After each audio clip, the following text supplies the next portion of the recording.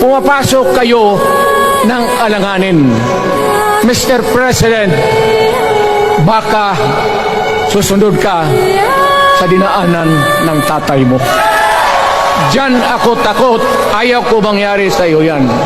Pabor lang, ako namang nagmamakaawa kasi it will divide the nation at magdugo itong panahon na ito.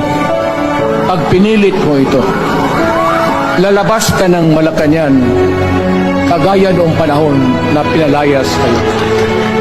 Alam ninyo, kung hindi na talaga ito mapigilan, nandyan ang military pati pulis, makinig kayo. Pag-aralan ninyo kung ano yung pinapakain nila sa taong bayan.